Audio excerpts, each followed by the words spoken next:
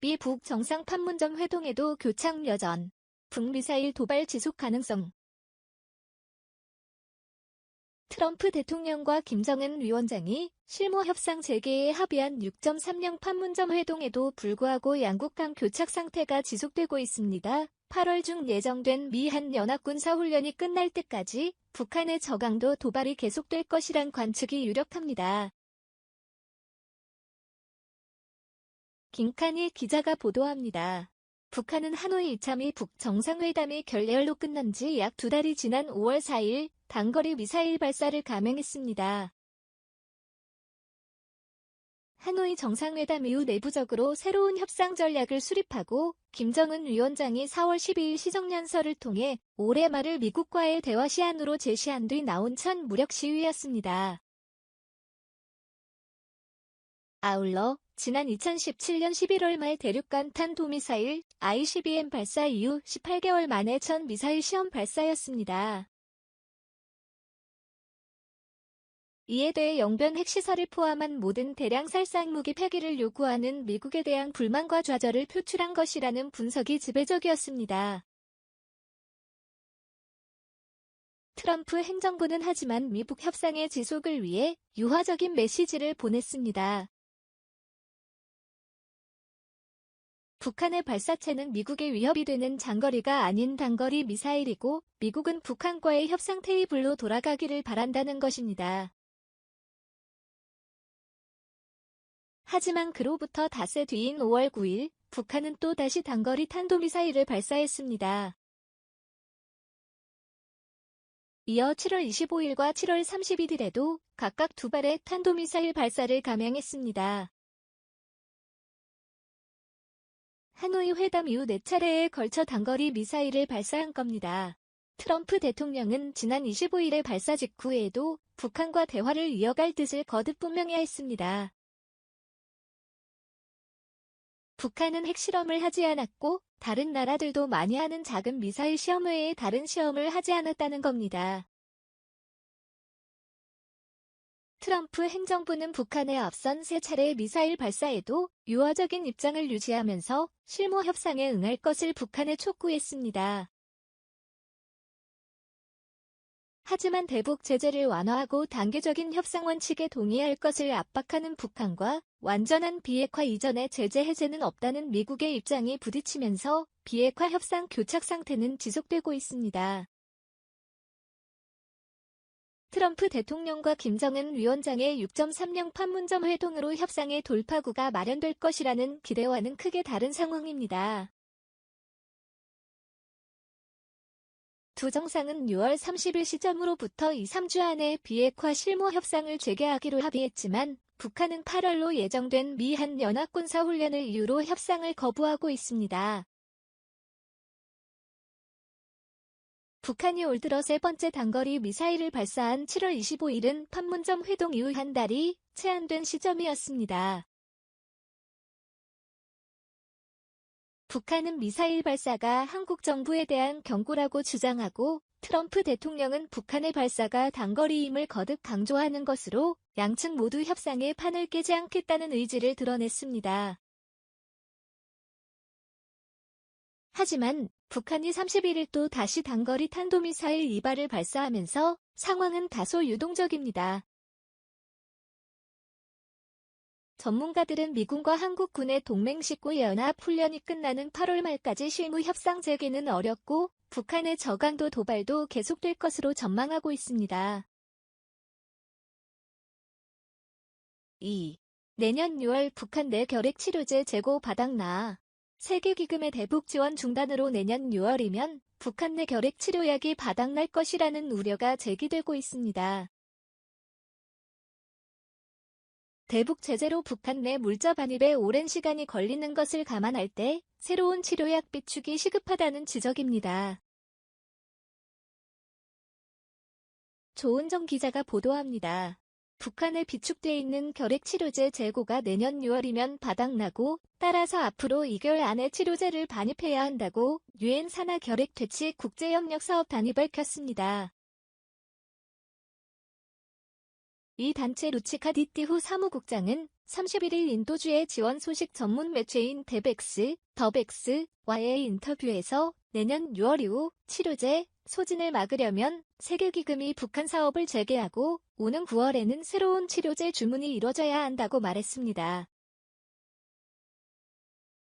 에이즈와 결핵, 말라리아 퇴치를 위한 세계기금은 지난해 2월 북한 내 지원금 활용의 효율성과 위험관리가 요구 수준에 미치지 못한다며 8년간 지속했던 대북 사업을 중단했습니다.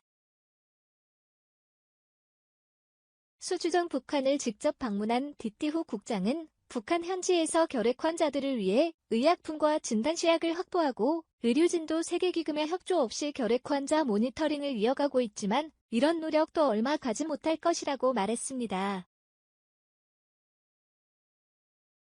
디티후 국장은 가장 중요한 결핵약이 아직 부족하지는 않지만 현재 북한 내부로 약을 보내는 것이 쉽지 않아 만일의 사태가 일어날 경우 즉각적인 대응이 어렵다고 설명했습니다. 그러면서 북한으로 약을 반입하는데 평균 9개월에서 10개월 걸린다고 전했습니다. 디티후 국장은 세계기금이 북한 당국과 사업 조건과 이행과 관련한 접촉이 있었던 점이 사업 재개를 위한 긍정적인 움직임으로 평가했습니다. 다만 세계기금의 피터 샌즈 사무국장은 더백스의 올해 이행 조건, 현장 접근, 검증이 개선된다면 새로운 보조금 공여를 고려할 것이라면서도 즉각적인 사업 재개는 시사하지 않았습니다. 세계기금의 자금으로 북한에서 결핵 환자들을 돕던 유엔 아동기금, 유니세프는 소규모 자체 자금으로 활동을 이어가고 있습니다. 유니세프는 특히 어린이 결핵 환자들의 우려를 나타내며 현재 북한에 5,000명의 어린이 결핵 환자가 치료받고 있다고 밝혔습니다.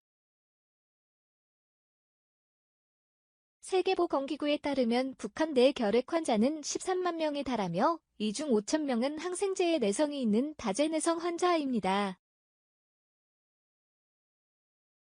결핵퇴치 국제협력사업단은 올해 세계보건기구 자금으로 북한 내 1,200명의 다제내성 환자들을 치료할 계획입니다. 디티후 국장은 세계기금이 대북 사업을 재개해도 단독으로 북한 내 결핵 문제를 해결할 수 없다며 각국 정부와 기부자들의 관심을 촉구했습니다. 조선적 십자회의 율리크 버크 이사는 국제사회의 대북 제재로 신속하게 결핵을 진단하는 진엑스퍼트나 자외선 살균 방사성 기기는 물론 의료기기 운반에 사용되는 차량의 부품조차 북한에 반입하지 못하고 있다고 밝혔습니다. 앞서 지난 5월 북한을 방문했던 유진벨 재단도 기자회견에서 내년 6월쯤 북한 내 결핵 치료제 재고가 바닥난다며 북한 내 항결핵제 공백 사태를 막을 수 있도록 지원을 호소했습니다. 3. 급증하는 중국인 북한 관광. 이해 관계에 따라 언제든 바뀔 수도. 중국인들의 북한 관광이 최근 북중 이해관계가 부합해 급증하고 있지만 상황에 따라 언제든 변동될 수 있다고 미국과 한국의 전문가들이 전망했습니다. 중국 정부가 주변국에 대한 정치, 군사 압박용 무기로 관광을 사용하는 추세가 늘고 있다는 지적입니다. 김영권 기자가 보도합니다. 제롬 소바주 전 유엔개발계획 UNDP 평양사무소장은 31일 보허에 최근 급증하는 것으로 알려진 중국인들의 북한 관광은 북중 간 이해관계에 따른 것이라며 한동안 지속될 가능성이 크다고 말했습니다. 중국의 대북 영향력 확대와 국제사회의 제재로 부족한 외화를 관광으로 메우려는 북한 당국의 목적이 부합해 중국인들의 북한 관광에 좋은 환경을 제공하고 있다는 겁니다.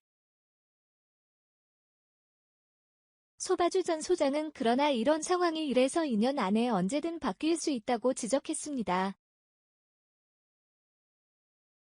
주체를 강조하는 북한은 중국에 의존하기 싫어하기 때문에 중국이 자신들의 바람과 다른 움직임을 보일 경우 언제든 관광을 제한할 수 있다는 겁니다.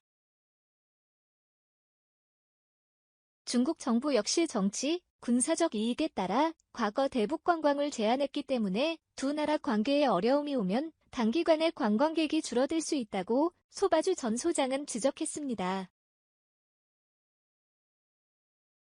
한국의 국책연구기관인 한국개발연구원 KDI 도 31일 발간한 북한 경제 리뷰 7월호에서 북중 관광에 관해 비슷한 전망을 했습니다. 시진핑 중국 국가주석의 방북과 노동신문 기고를 통해 대북 지원의 수단으로 관광을 강조한 만큼 중국인들의 대북 관광이 많이 증가하고 있지만 상황에 따라 언제든 조이고 푸는 과정을 반복할 가능성이 크다는 겁니다.